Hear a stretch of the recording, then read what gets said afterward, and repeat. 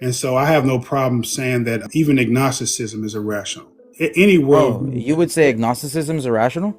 yeah, I say agnosticism is irrational as well. Would you say that a belief is rational when it's proportioned to the available evidence?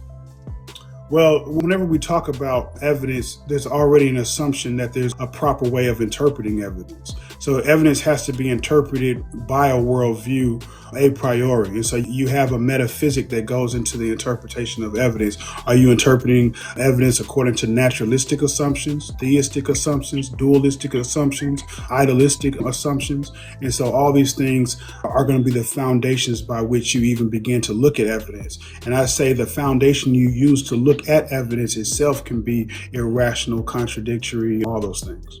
But you would say that you interpret evidence in a different way than I do?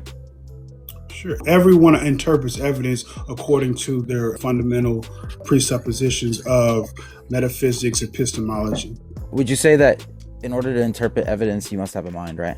Sure, you must have a mind. Okay, do you think... Sorry, go ahead. But right when you say you must have a mind, whenever you say a mind, you're thinking of a specific thing.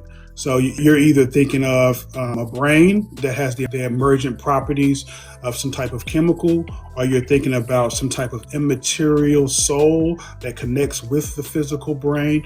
And so even those things, there's going to be nuance that needs to be sparsed out. Look, let's just take the fact that you're person A who believes God exists. I'm person B who's an atheist. Right. You and I both have the same composite parts that make both of us human, right?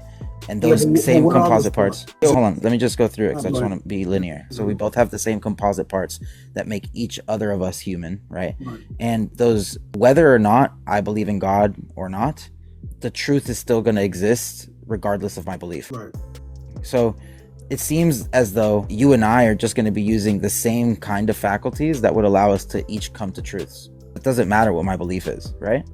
Sure, we're going to be using the same things, but that has nothing to do with the justification of our interpretation of these things. That's where we're having a hang up there. Because right when you say that we have the composite parts that make us human, well, in an atheistic or a materialistic worldview, it's not going to be the same things that make composite what a human is according to theism, where we have an immaterial soul. These things are, and they're huge differences. These are not things that you can just overlook. They make all the difference in the world.